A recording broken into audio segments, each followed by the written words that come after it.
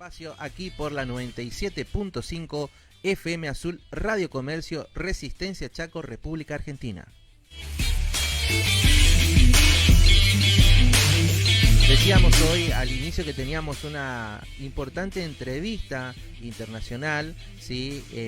Justamente ahora en este momento con Juan Carlos Aliaga Martínez. ¿Quién es Juan Carlos Aliaga Martínez?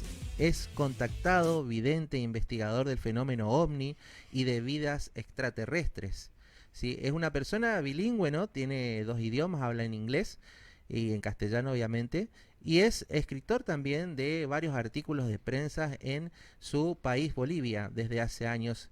Y también tiene muchos contactos, muchas personas de diferentes medios que se comunican con él para la actualización del fenómeno ovni, y nosotros también queremos participar de todo su conocimiento. Por eso está ya con nosotros el señor Juan Carlos Aliaga Martínez. Muy buenas noches, Juan, ¿cómo estás? Gracias por comunicarte con nosotros y por recibirnos.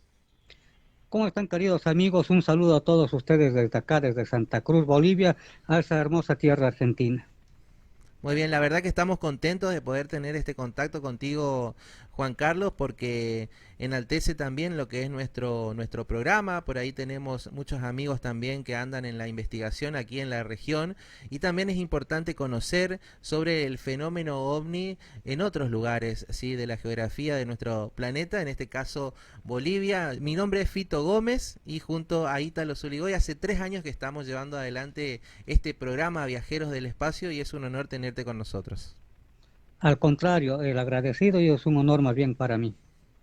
Bien, Juan Carlos, queremos que nos cuentes qué pensás de todo esto que está sucediendo a nivel mundial. Desde el 26 de julio dijimos que a través de esto que salió en Estados Unidos, muchas personas miran a las cuestiones del fenómeno ovni con otra mirada, ¿no? Valga la redundancia. Y es como que aquellos que estaban locos en un momento, que se los trataba como locos, hoy están diciendo que algo de razón tenían, ¿no?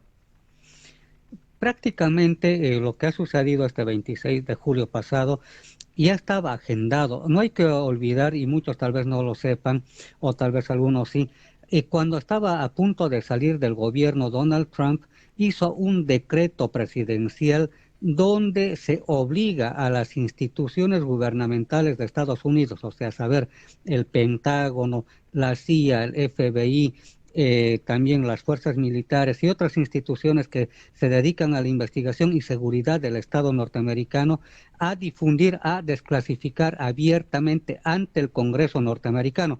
O sea, esto lo que ha sucedido este julio pasado no es que, digamos, haya sido algo espontáneo, que se les ocurrió hablar, sino porque ha habido un decreto, y sabemos, no es como acá en nuestros países latinoamericanos, que un presidente es un decreto, viene, entra otro y lo borra y nada más y queda en eso.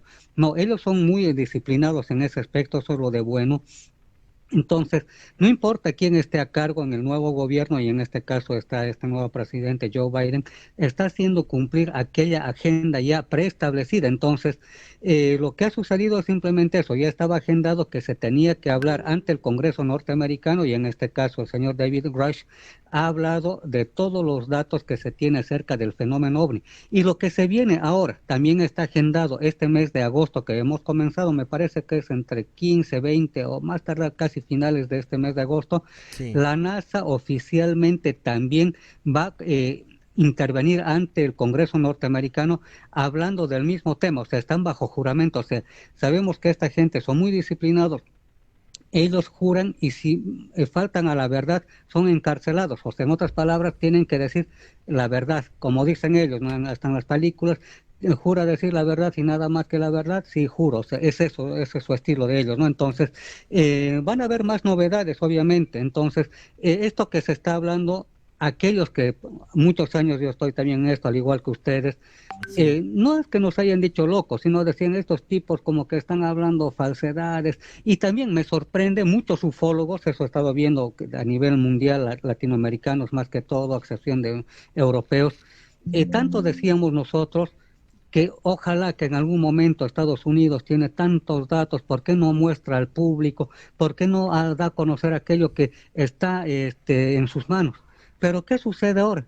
Sucede que muchos, como ya hemos visto, que es lo que ha dicho el gobierno norteamericano, ahora ya vienen y dan palo y dicen, no sabemos qué están haciendo, debe ser un complot, es algo muy inusual que estén haciendo esto, traen algo entre manos los norteamericanos, o sea, y no nos entendemos, ¿no? O sea, ¿a qué queremos llegar? Porque primero hablábamos y cantábamos todos los días, ojalá que den a conocer esto, ahora dan a conocer y o sucede que muchos no creen, los mismos ufólogos, a eso me refiero. En cambio, la gente común más bien tiene que ser guiada, porque sabíamos que había gente que tal vez estaba queriendo averiguar, se decepcionaban porque no había muchos datos, pero ahora está ahí.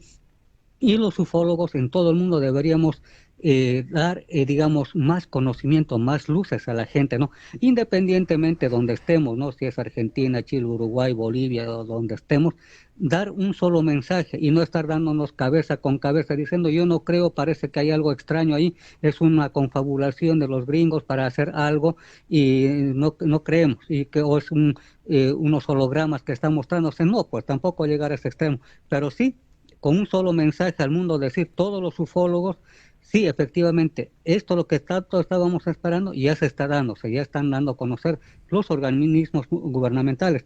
No nos olvidemos que Argentina está haciendo una investigación, y, si no me equivoco, en Córdoba apareció hace unos días ovnis y la Fuerza Aérea Argentina está haciendo la investigación. Me mandaron unas fotografías el otro día, estamos hoy a jueves, creo que fue el día domingo anterior, se vieron ovnis en Córdoba. Claro, es normal, el Cerro Uritorco, pero en plena carretera se vieron luces ahí extrañas y sacaron fotografías y la Fuerza Aérea Argentina se comprometió a investigar y decir qué es lo que ha sucedido, si eran drones, si eran aviones, helicópteros o definitivamente eran los famosos UAPs, esa es la nueva terminología, más conocidos como ovnis, ¿no? Y también estamos viendo que la Fuerza Aérea Chilena desde hace muchos años atrás está investigando la Fuerza Aérea del Perú también acá en Latinoamérica, pero acá en Bolivia, ¿qué es lo que sucede? Y he habido una investigación que estuve haciendo con un corresponsal de un canal internacional, para ser exactos, Telemundo, hace unos meses atrás en la ciudad de Cochabamba. Hay unos videos que tengo, lo pueden ver en mi canal de YouTube, donde se ve que la Fuerza Aérea Boliviana está efectuando unas prácticas con helicópteros y se ve ahí como que estuvieran acompañando unos objetos extraños, ¿no? Ahora, ha habido entre bromas y bromas, porque se dice que, bueno, esto aquí no me gusta hablar de política, pero se dice que Bolivia está comprando drones de combate a Irán. Muchos dicen que por ahí son esos drones de iraníes que están haciendo la prueba y otros dicen que posiblemente sean naves extraterrestres que están justamente ahí junto a los helicópteros de la Fuerza Aérea Boliviana. Hay un video interesante ahí que tengo. Eso simplemente como comentario para empezar esta entrevista. Eh, Carlos, Sí, sí. em, vos suponés que lo que todos queremos conocer, que son estas naves que existen, que tienen recuperar los Estados Unidos y los cuerpos de alienígenas, ¿podrían darse a conocer por ellos, por el Pentágono y por el ejército?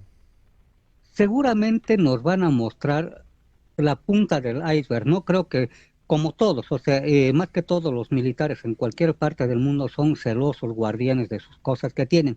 Tal vez nos muestren, tal vez restos de una nave, así por encima, tal vez unos restos de cuerpos, pero no nos van a decir o dictar una cátedra. Bueno, aquí un biólogo que trabaja en las Fuerzas Armadas o en el Pentágono, en la NASA, dice esto con lujo de detalles, pero sí seguramente hay un archivo que ha sido entregado al Congreso norteamericano donde sí hay con lujo de detalles, pero para nosotros, el pueblo común y corriente, que no vamos a entrar tal vez a entender con términos clínicos, médicos, biológicos y todo aquello, simplemente nos vamos a conformar con que nos muestren algo.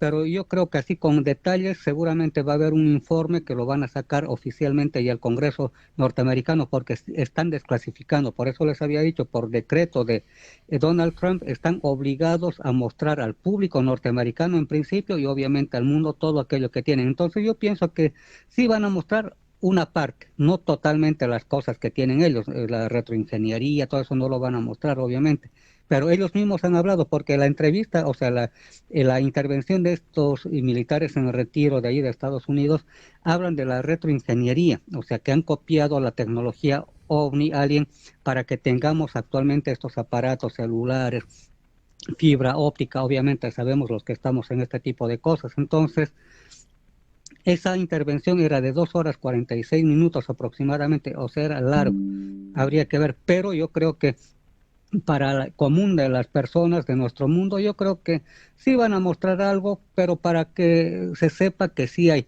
porque escépticos siempre va a haber, por más que se les muestre así de frente algo, van a decir no creo hasta que yo lo toque o lo pese o lo mire, ¿no? Claro, es verdad, Juan Carlos, bueno, pasa en todo el mundo, ¿no? Estas cuestiones y por ahí, desde el lugar de cada uno, desde la divulgación, nosotros tratamos de llevar la mejor información, ¿no? Sobre el fenómeno, por eso también nos gusta conocer las realidades de las casuísticas de diferentes lugares. ¿Cómo es la casuística allí en Bolivia? Bien, acá estamos ya empezando, bueno, hay diferentes colegas que están ahí, que siempre estamos compartiendo material, pero en mi caso yo hago investigación de campo, o sea, no solamente estoy tras una mesa, un escritorio, hablando, que me mandan videitos, no. Y yo tuve la oportunidad, y esto también con esta misma cadena noticiosa que es Telemundo, de tener un encuentro cercano del tercer tipo. Quien les habla, como insisto en la presentación, soy contactado.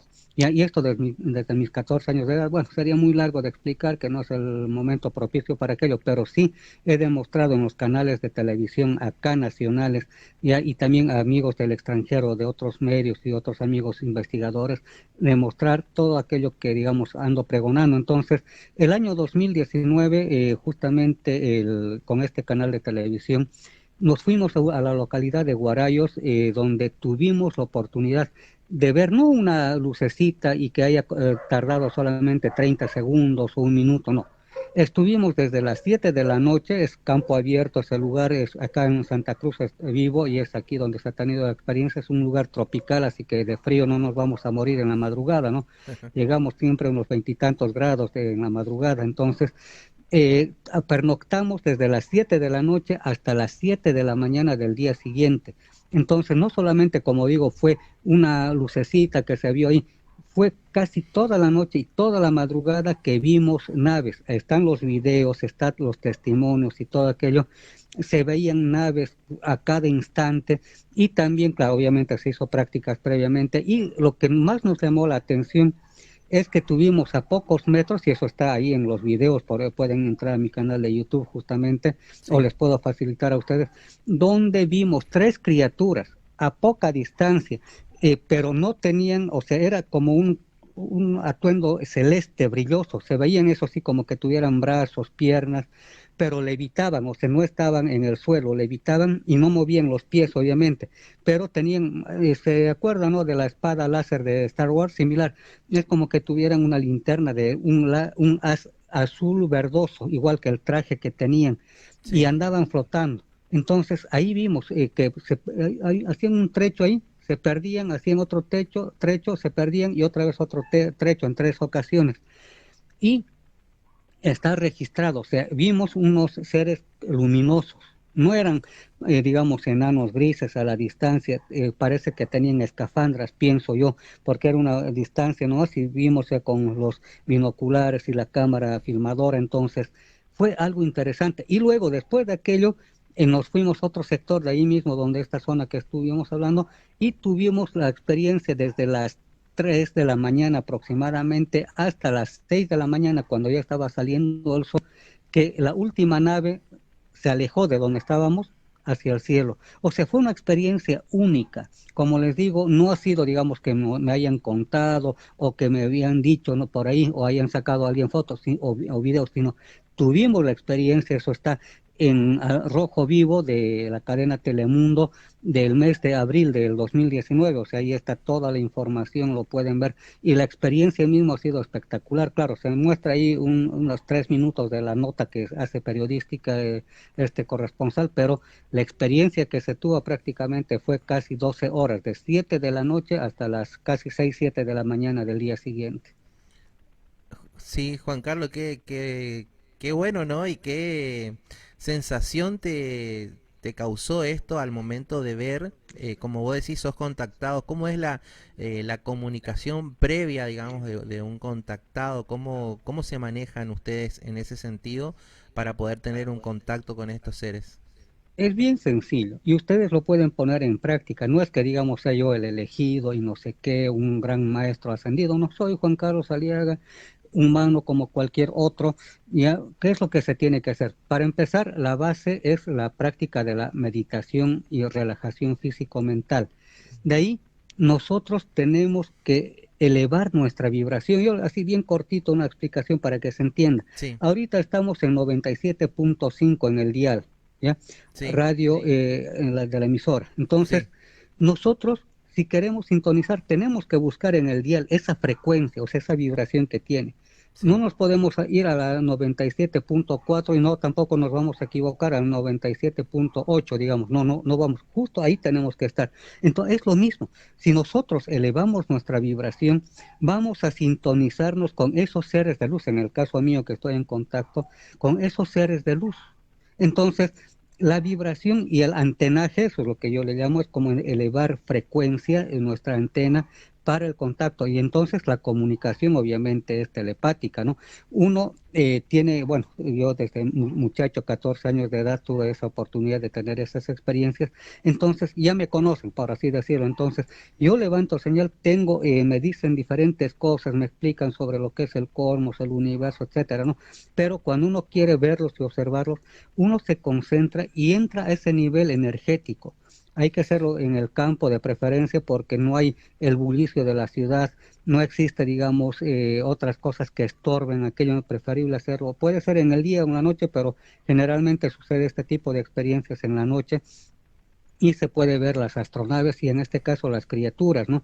Entonces son experiencias que uno tiene que realizarlo por esa energización y también hacer un cambio de costumbres, hacer un cambio de alimentación. No les digo que sean vegetarianos o veganos, Ujú. tener una buena alimentación, en especial dejar de, si es que alguna persona tiene alguna situación con esto de uso de bebidas alcohólicas o cigarrillos, otro tipo de ansiolíticos o algo ahí que no es conveniente. Uno tiene que estar lo mejor posible físicamente, hacer ejercicios, hacer algo de trotes o practicar yoga, artes marciales, todo aquello para estar lo más sano posible. No le digo, aquí en este nuestro mundo nada es perfecto, sí, en lo mejor posible. Entonces, en ese sentido y en ese entendido podemos contactar con estos seres porque su vibración es muy alta. Si es que uno no está en condiciones para aquello, puede suceder que les dé un ataque cardíaco o le sangre la nariz por la que se le sube la presión sanguínea. Entonces, son impresiones fuertes. Entonces, uno tiene que saber de a poco acercarse a ellos y que ellos también se acerquen a nosotros. Entonces, el objetivo es eso, o sea, empezar a vibrar en, en un nivel elevado de conciencia para poder estar en conexión con ellos. Y obviamente uno va a tener experiencias tal vez como las mías o tal vez mucho mejores que las mías. Entonces es cuestión de ir trabajando internamente, hacer una limpieza física, mental y espiritual. No ser un santurrón, obviamente. Uno puede, yo tengo mi familia, mis hijos, ya veo la televisión, las novelas de mi esposa, veo el fútbol, o sea, normal. Pero cuando yo recibo como que hay una urgencia de algo, se contactan conmigo en un mensaje telepático que algo va a suceder en cualquier parte del mundo y ese es el mensaje que me dan y yo lo doy a los amigos de la prensa, todo aquello. Entonces es eso, o sea, no es que yo esté orando las 24 horas o haciendo ayunos las 24 horas, ¿no? Veo todo lo que hay en la televisión, escucho música común y corriente, también música New Age, obviamente cuando estoy en mis momentos de meditación, pero yo tengo una vida común, o sea, tal como cualquier otra persona, pero en base a una disciplina, que eso le ayuda mucho para poder interactuar, porque estos seres no nos vienen a condenar que porque si uno escucha tal música, uno come tal cosa, no. Con los seres que yo estoy contactado, no importa si uno es carnívoro o no, pero uno, si está con el nivel elevado de conciencia, ellos se van a contactar. Por eso yo les decía, si estamos en sintonía, en la frecuencia correcta, vamos a sintonizarnos y contactarnos con estos seres.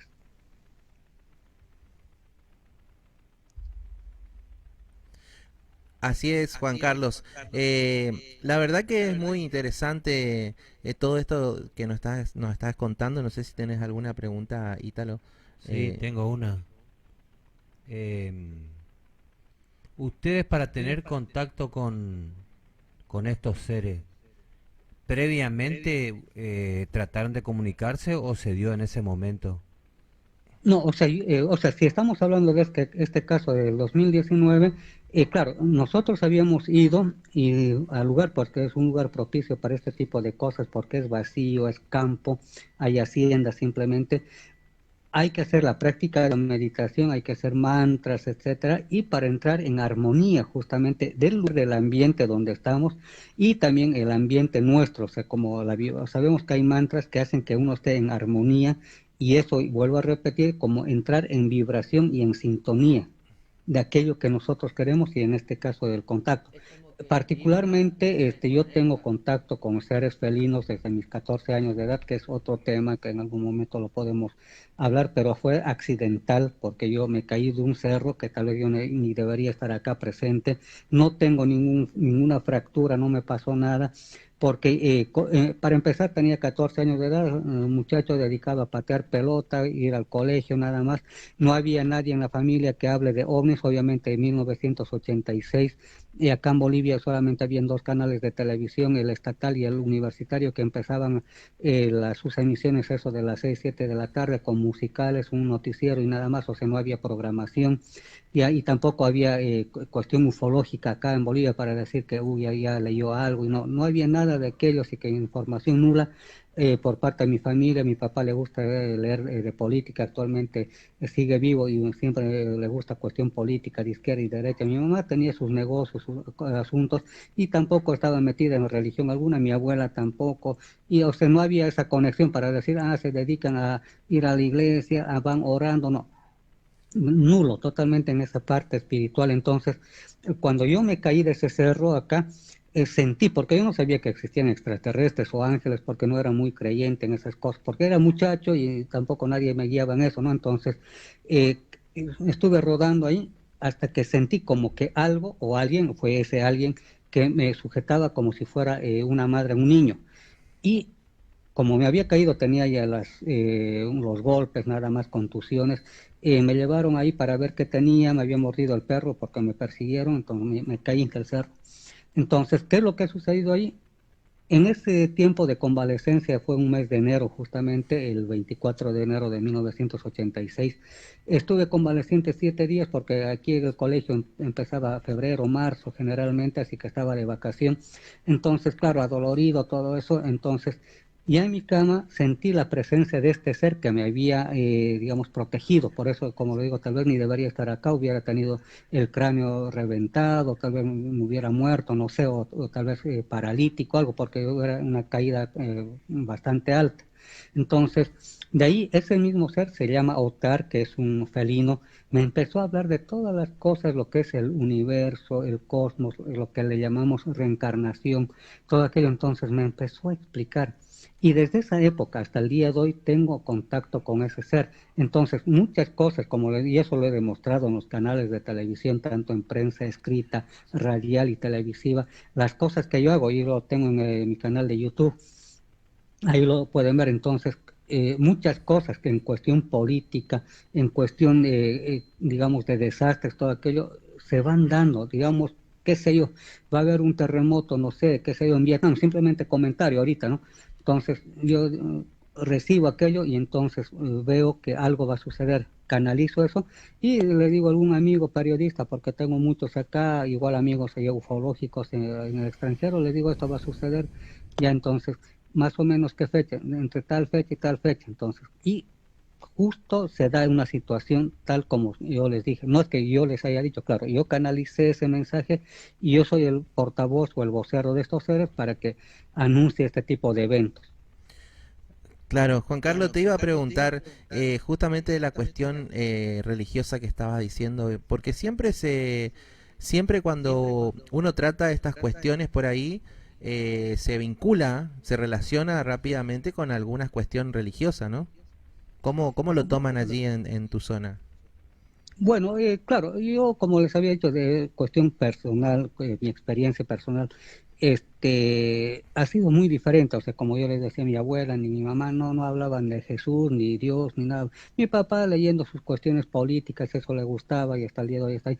Pero para un creyente, digamos, cristiano, evangélico, católico, podríamos decir que eso era un ángel o su concepción de ellos, pero en este caso, después de haber recibido ya mensajes de este ser que me decía que él no es Dios, no es un ángel, sino son seres que vienen del espacio, o sea, para mí ha sido más fácil asimilar aquello que, digamos, si hubiera tenido una instrucción religiosa, decir, no, pero si la Biblia no dice tal cosa, si la Biblia el Señor no dice esto, no como dicen ellos, ¿no? Entonces, no, en cambio ha sido más fácil asimilar ese concepto de que hay seres que no son humanos, pero que sí están en otros lugares del cosmos, del universo, y que son parte integrante de la vida universal, ¿no? Entonces, no solamente hay vida acá en nuestro planeta, sino hay diferentes razas, diferentes criaturas que están viviendo no solamente en el plano físico, sino también en otros planos, pero también ahora que ya se ha acuñado mucho el término multiverso, ¿no?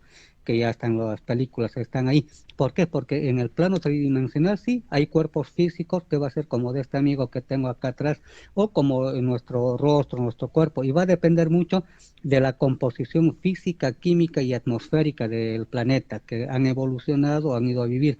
En el caso nuestro, estamos hechos en base de carbono, obviamente, pero cuando nosotros tenemos falta de hierro en la sangre, que es la anemia, ¿qué es lo que nos dice el médico? Cómprese hierro, pastillitas o jarabes para aumentar aquello. ¿Por qué? Porque acá en nuestras venas circula el hierro. ¿Y por qué tiene esa coloración? Porque se va oxidando. ¿Por qué? Porque nosotros metemos aire, que es oxígeno, y con otros elementos más, pero como tiene hierro, se oxida. Y miren, qué cosas, ¿no? Nos dicen que nosotros tenemos que consumir el omega 3. Las señoras, las mujeres más que todo están preocupadas en eso, que el omega 3 está bien. Pero ¿qué significa esto? El omega 3 es un aceite, ¿ya? Antioxidante es lo que nos dicen las propagandas, ¿no? De este tipo de productos. Y Sí. uno dirá, uno tal vez sí, antioxidante, pero ¿por qué? Porque se está oxidando nuestra sangre por el hierro que tiene. Y es antioxidante como cuando le metemos aceite al motor para que no se nos malogre, ¿no? Y esté trabajando y todo aquello.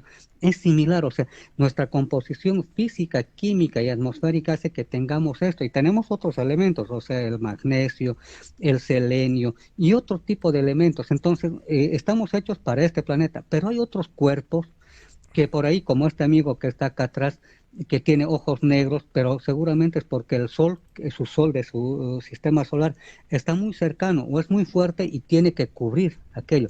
No tiene brazos gruesos que tal vez como nosotros lo tenemos, sino son delgaditos. ¿Por qué? Porque su atmósfera es mucho más ligera, no tiene que estar sintiendo el peso atmosférico que nosotros sentimos. Entonces, como les digo, va a variar mucho la forma de vida y también la evolución que tienen por ahí. Son criaturas muy primitivas o tal vez criaturas muy avanzadas espiritualmente y tecnológicamente, porque la evolución no solamente es espiritual, que estar meditando, no, también es la parte tecnológica, porque estos seres se transportan de dimensión en dimensión.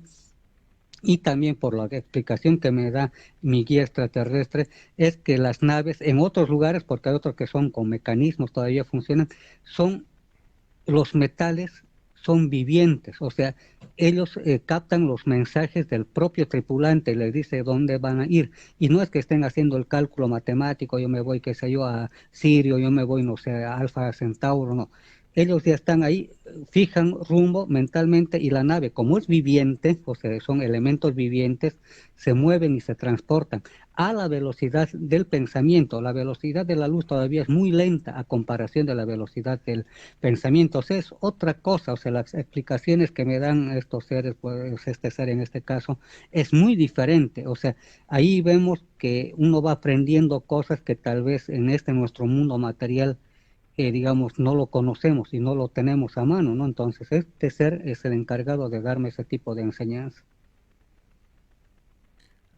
Qué interesante, Juan Carlos, lo que nos contás. Hablando del tema de los metales que tienen vida, ¿no?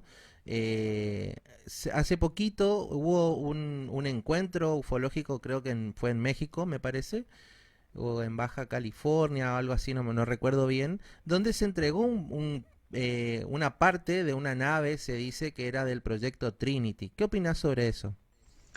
Sí, recuerdo eso. Bueno, no me gusta hablar de las personas, pero por disentir, porque un pedazo de metal que mostraron públicamente, donde en teoría vendría a ser un pedazo de una nave extraterrestre, todo aquello, se mostró. Si es que fuera un pedazo de nave, porque las características tampoco lo son, entonces tendría algo de radiación gamma. Y también estuve hablando con algunos forenses que dicen, para entregar este tipo de objetos, lo que se tiene que tener es mucho cuidado, ¿ya? Sí, Porque para no contaminarse uno mismo y no contaminar el objeto en cuestión.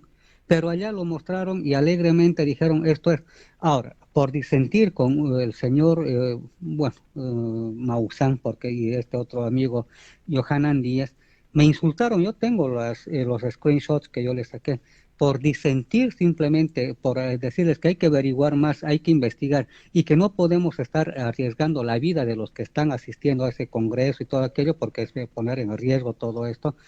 Me insultó. Bueno, es otro tema que no voy a comentar, pero yo personalmente no creo que sea una parte de una nave, pero sí tal vez de algún, digamos, un experimento norteamericano que para alguna aeronave y todo aquello, que eso puede ser muy diferente. Pero sí. no nos olvidemos que en ese lugar donde han encontrado esa pieza metálica, se han hecho los experimentos de las primeras bombas atómicas. Entonces, no es, digamos, un lugar donde haya estado, que se llama libre de radiación, porque esto estamos hablando casi unos 70 años atrás, lo sucedido de la bomba atómica, y lo que se ha encontrado ahí también en esa época. Entonces, yo creo que no hay que ser muy, digamos, físico, nuclear, para darnos cuenta si es que está contaminado y poner en riesgo a la gente que ha asistido a aquel congreso. Y tampoco tenía estructura extraña, porque mucha gente ha comparado como que era una pieza de un vehículo, un automóvil o alguna cosa muy humana. Entonces, bueno, eso es lo que se ha visto, ¿no? Pero sí existen naves, ya, sí existen en poder de los norteamericanos, sí existe la caída del OVNI que fue en 1978, justamente en La Mamora, acá en la frontera entre Bolivia y Argentina, el 6 de mayo del 78, donde una nave extraterrestre impactó en el Cerro del Zaire. Está La Mamora, Bolivia, y Aguas Blancas, Argentina, al otro lado. Vino la Gendarmería Nacional Argentina a hacer los primeros levantamientos de datos, porque en ese tiempo no había carreteras en Bolivia, había que ingresar primero a territorio argentino para volver al otro lado para poder llegar al sitio en cuestión donde ha caído la nave.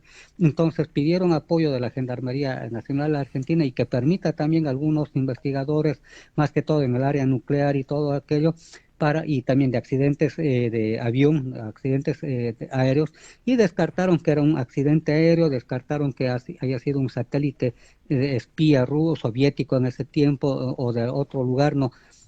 Pero sí, vinieron, y eso lo pueden comprobar en los periódicos. El Tribuno de Salta, que eso salió, todavía sigue, hay unos recortes que se tiene ahí, que siempre está. Entonces, vino gente de la NASA, vino gente de la CIA, y lo más interesante, vinieron los militares norteamericanos a la cabeza del coronel Simmons y el mayor John Hyde de la Fuerza Aérea Norteamericana, para llevarse el aparato a Estados Unidos. O sea, todo empezó el 6 de mayo, hicieron el rastrillaje, declararon zona militar ese lugar acá en Bolivia.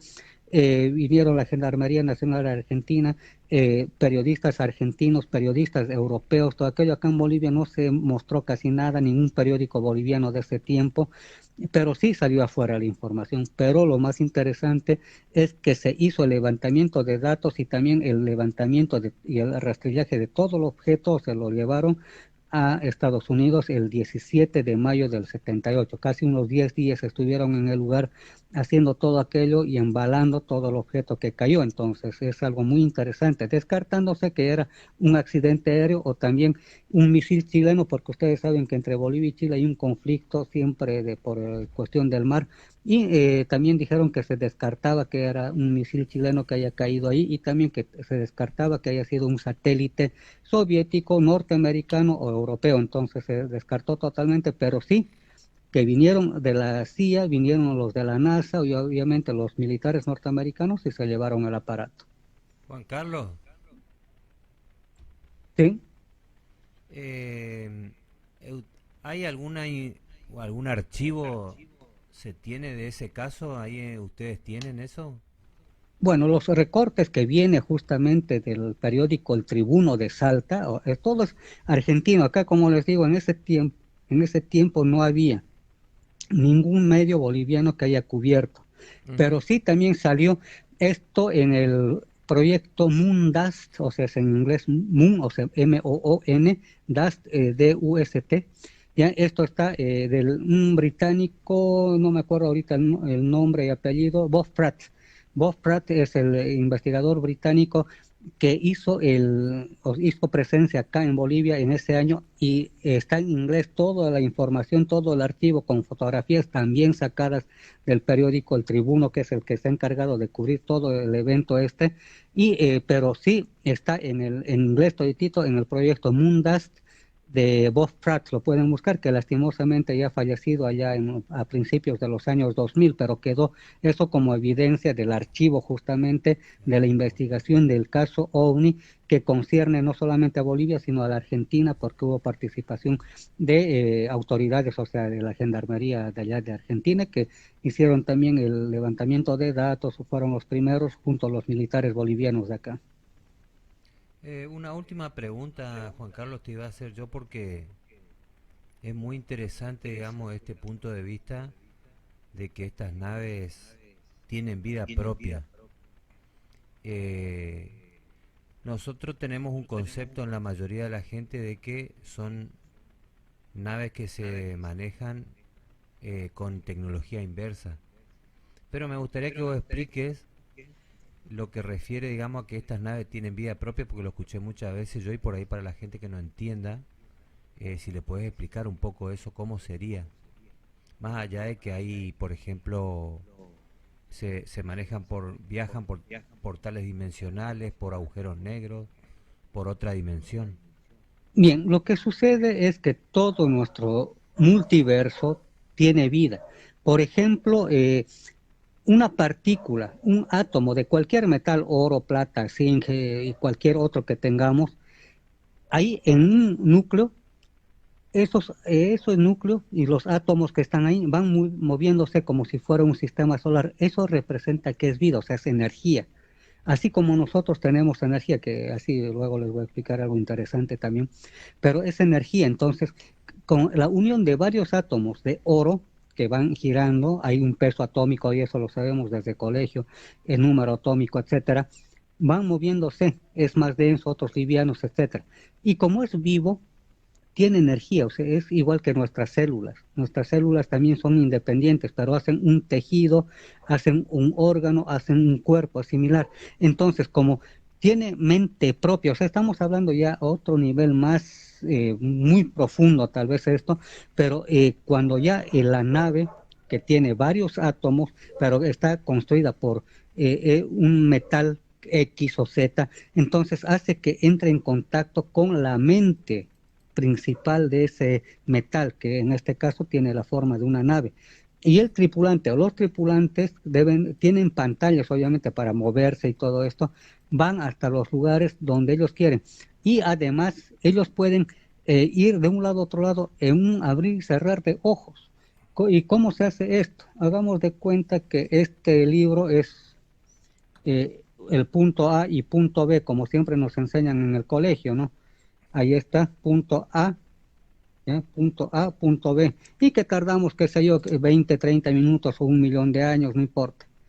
Pero en el momento mismo que se comba el tiempo, ya deja de existir punto A y punto B. Este punto A y punto B se unen. Inmediatamente ya estamos al otro lado, o sea, que podemos tardar 5, 10, 15, 30 millones de años, pero en realidad lo hacemos en, qué sé yo, en 10 minutos o 20 minutos. Y esos son los famosos agujeros de gusano, o sea, donde se une el tiempo y el espacio, y es como abrir la puerta y ya estamos allá afuera, o sea, estamos en otro tiempo, en otro espacio, en otro lugar del multiverso. Por eso el término que ya, como les digo, ya está de moda es eso, ya no es universo, es multiverso. Entonces podemos viajar de un lado a otro lado, porque el tripulante de la nave habla con la materia, o sea, con el metal o lo que esté estructurado la nave, para que le obedezca y vaya y cruce portales dimensionales para ir de un lado a otro lado. O sea, es por eso que estas naves, que muchos científicos dicen, pero nosotros si quisiéramos ir a lo más cercanos 8 millones de años luz, tendríamos que estar generaciones tras generaciones viajando, y tendríamos que tener ciudades ahí para que la gente que nazca ahí sea científicos y todo aquello, sea gente muy inteligente para continuar el viaje. Pero se olvidan de que ahí, punto A, punto B, unimos y estamos ahí en menos de un abrir y cerrar de ojos. Que estos portales dimensionales no solamente están en el espacio, están acá mismo en nuestro planeta. Ahí está en Córdoba, Erx, son ciudades intraterrenas, y a la vez son pasos dimensionales, el lago Titicaca, Tiahuanaco acá en Bolivia, el Salar de Uyuni también, Samaipata acá en Bolivia. Allá en el Perú está también en lo que es en Chilca, luego está en las cuevas de los Tallos en Ecuador, luego hay otros lugares en todo el planeta, entonces, que no solamente son conexiones por túneles, sino que son portales dimensionales, que gente que puede entrar ahí puede traspasarse a otro tiempo y a otro espacio también. Eso es lo que sucede, o sea, en resumidas cuentas. Muy interesante, digamos, el punto de vista que tuviste, porque es algo que yo le quiero explicar a la gente, que se entienda, digamos, cómo son los métodos de propulsión y cómo viajan a través del tiempo, digamos, estas naves. Y te voy a hacer yo una última pregunta, no sé si Fito tendrá otra. Me gustaría que nos cuente algo del tema de la Cueva de los Tallos, porque para el año que viene habría una expedición que saldría acá de Argentina, y bueno, estamos viendo a ver qué gente podría ir a esa expedición. Bueno, prácticamente la Cueva de los Tallos es lo que siempre se ha dicho. Esto está el padre Crespi allá en Ecuador, que en los años 30 del siglo XX ha recibido como regalo unas planchas de oro donde se mostraba animales antidiluvianos conviviendo con seres humanos, cosa que la ciencia oficial dice que los dinosaurios nunca han convivido con los seres humanos, etcétera. Son unas cuevas que están a más de 50, 60 metros de profundidad. Hay que pasar por la selva ecuatoriana, que es fronteriza con el Ecuador, pues entre Perú y Ecuador está, hacia el otro lado está el Perú y hacia el lado ecuatoriano está la Cueva de los Tallos. Se entra por donde está el pueblo de los Shuars, que son los que hacen este tipo de recorridos, pero hay que tener mucho cuidado porque hay que estar en buenas condiciones físicas por eso les decía, para este tipo de actividades un poco más de investigación de campo y todo aquello, o si hacer el turismo así de esta naturaleza, mínimo hay que estar en buenas condiciones y no sufrir claustrofobia, porque hay que ingresar allá al fondo. Yo no he ido hasta el momento, hay un amigo que me está invitando también, es ecuatoriano, pero hay que hacer recorridos casi de unas 4 o 5 días a pie, y hay que cruzar ríos, selva y todo aquello. O sea, no es que uno se baja de la movilidad, ahí está como entrar a un teatro, ¿no? Ahí está, entramos y listo, ya está, y volvemos a salir, ¿no? Hay que estar en buenas condiciones, hay que llevar mochilas, hay que llevar alimentos, hay que llevar todo aquello que se necesita. O sea, es algo muy interesante eso. Si es que están ahí, yo les puedo hacer el contacto con un amigo ecuatoriano que hace ese tipo de recorridos, es ufólogo él también, entonces yo les puedo hacer el enganche para que hablen con él, o sea, si es que van a ir. Y como les digo, la recomendación de él es esa, porque hay ríos, hay que pasar la selva, estar en caminata, hay que estar en buenas condiciones físicas y también en época seca, entre comillas, porque es selva y casi todo el tiempo llueve, pero en época que no esté tan lluvioso, porque es entrarse ahí adentro. Y bueno, la sorpresa grande va a ser si es que entran al anfiteatro donde se dice que estaban las planchas estas de oro. Y bueno, seguramente hay otros recorridos que sería interesante, pero yo les digo, hay que estar en condiciones y bueno, ver cuánto tiempo uno resiste, si es que no hay claustrofobia, empezar a ingresar a las galerías que se tiene ahí dentro de esas cuevas, ¿no? Que es bastante interesante por lo que cuenta este amigo. Hay galerías que túneles que sería que no tienen fin prácticamente, ¿es lo que vos tenéis esa información o no? Bueno, lo que se sabe ya desde este otro punto de vista de lo que me informaron este guía que tengo, hay una parte que es sí donde todo el mundo va de turismo, porque muchos lo hacen. Hay en otro sector, porque son 8 entradas que se tiene principales, que están en medio de la selva. Hay otro lugar donde sí están todavía ese tipo de planchas para poder tener acceso a la información y uno tal vez le permitan estos habitantes de ese lugar, porque son celosos guardianes, ¿no? Pero así, digamos, túneles que uno se pierda ahí en la profundidad de la tierra, no, porque se sabe que estos pasadizos, que en el Incario le llamaban las chincanas, porque tiene que ver mucho con esto de la cueva de los tallos, empieza desde la Patagonia Argentina, ¿ya? Sube hasta lo que es Córdoba, de Córdoba viene hasta acá, hasta Samaipata, Santa Cruz, donde yo estoy, las entradas, los túneles, luego de acá se divide hacia lo que es el Salar de Uyuni, luego se va del Salar de Uyuni, o también de aquí, desde Samaipata hacia lo que es el lago Titicaca, ahí está, eso sí, yo tuve la oportunidad de ir a la Jayumarca, no sé si se ubican, es un portal que está en el lado peruano, muy cerca de la frontera con Bolivia.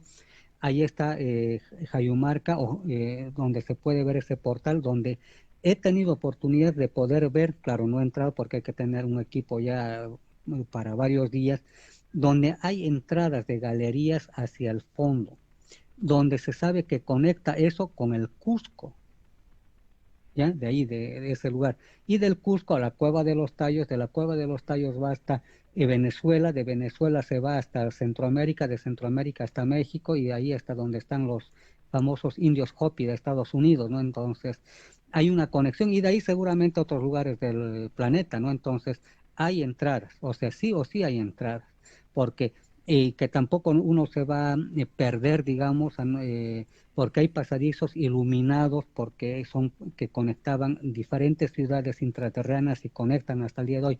Y hay otro en el lago Titicaca, y yo les voy a facilitar esa imagen, donde se ve una de las entradas hacia lo que es adentro del lago Titicaca, hacia las profundidades de esas ciudades, o sea, está ahí la puerta, nomás no estoy ingresando. Pero también hay unas fotos que yo tengo donde se ve en el lago, ¿ya?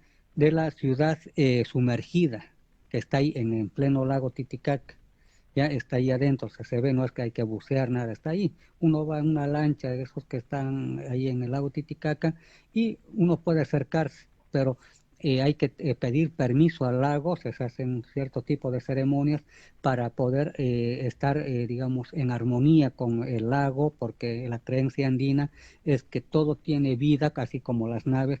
Hay que pedir permiso al elemento agua, en este caso del lago Titicaca, o a las montañas al elemento tierra, o al fuego, que es el rayo, es el elemento fuego, o el aire, el viento, que es el otro elemento, ¿no? Entonces son cosas, o sea, son creencias muy arraigadas acá, pero si uno va al lago Titicaca y quiere hacer este tipo de cosas, hay que ir con mucho respeto, porque es un ser viviente, el agua, que nos nutre, nos da vida, todo aquello. Entonces, como agradecimiento se hacen rituales, entonces uno puede ir tranquilamente al lugar y sacar fotografías, porque muchas veces gente que no cree en esto y todo aquello, a veces se vuelca el bote, la embarcación, y a veces mueren o se quedan ahí o tienen un susto muy fuerte. Entonces hay que ir con mucho respeto a estos lugares, al igual que la Cueva de los Tallos.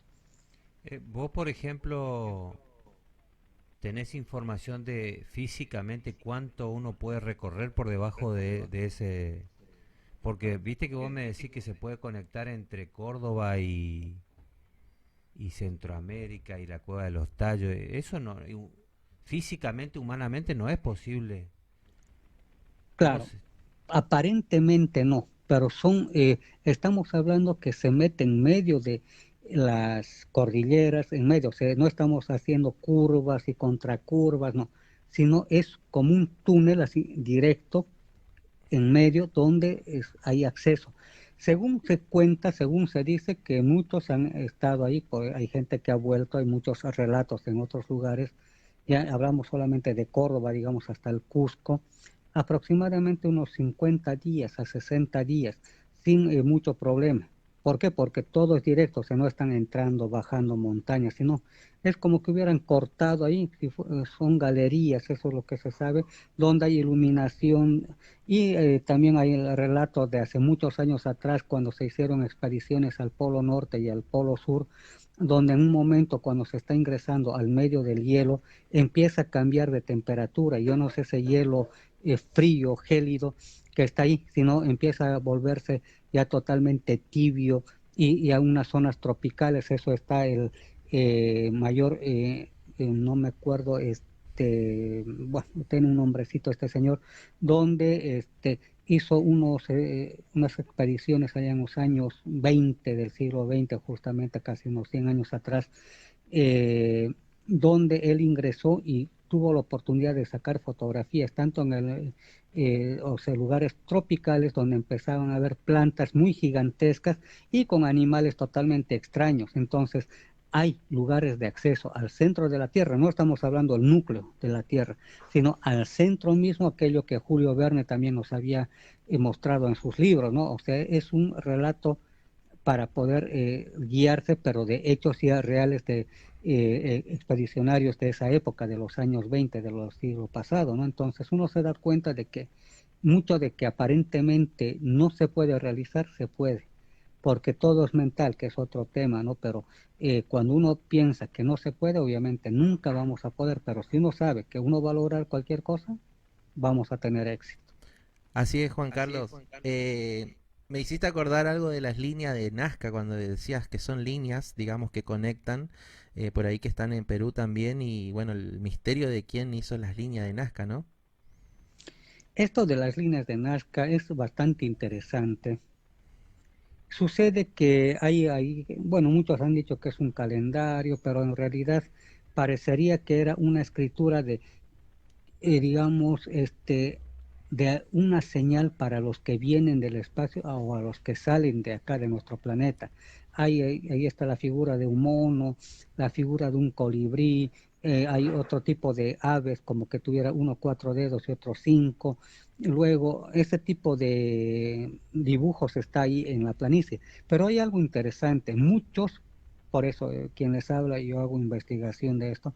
Acá en Bolivia existe líneas mucho más largas, no tiene dibujos obviamente, pero se extiende más de 300 kilómetros.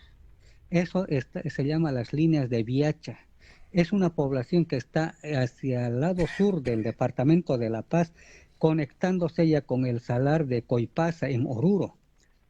Son casi unos 300 kilómetros y un poquito más que se extiende en diferentes lugares, está en plena altiplanicie, donde se lo puede ver vía satélite. Esto yo lo ubiqué justamente por el Google Maps, o sea, no ha sido, digamos, así nomás porque siempre hay que estar, bueno, como yo soy muy curioso, estuve viendo ahí, y yo les puedo facilitar eso y que todo el mundo lo puede ver, no es exclusividad mío porque eso está en Google Maps, pero sí, si uno puede verlo, ahí está. Entonces, eso es las líneas de Viacha, como les digo, son más largas y más grandes que las de allá en el Perú, en las líneas de Nazca, pero la diferencia es que no existen dibujos, pero sí empiezan a salir como una especie de pequeños soles, yo podría decirle, ahí se ve en el mapa, y con unos círculos y otros círculos, pero es como que fueran unos rayos del sol que van a diferentes lugares, pero se extienden ahí por kilómetros, o sea, casi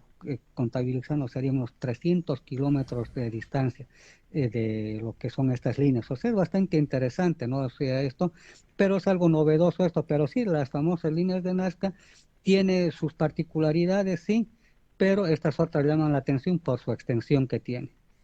Bien, Juan Carlos, antes de despedirnos, te queremos mandar saludos de parte de algunos oyentes que están viendo la entrevista. Alberto Sebastián Velasco dice: saludos chicos, excelente el programa. Saludos a Juan Carlos desde San Pedro Jujuy. Un saludo a este amigo.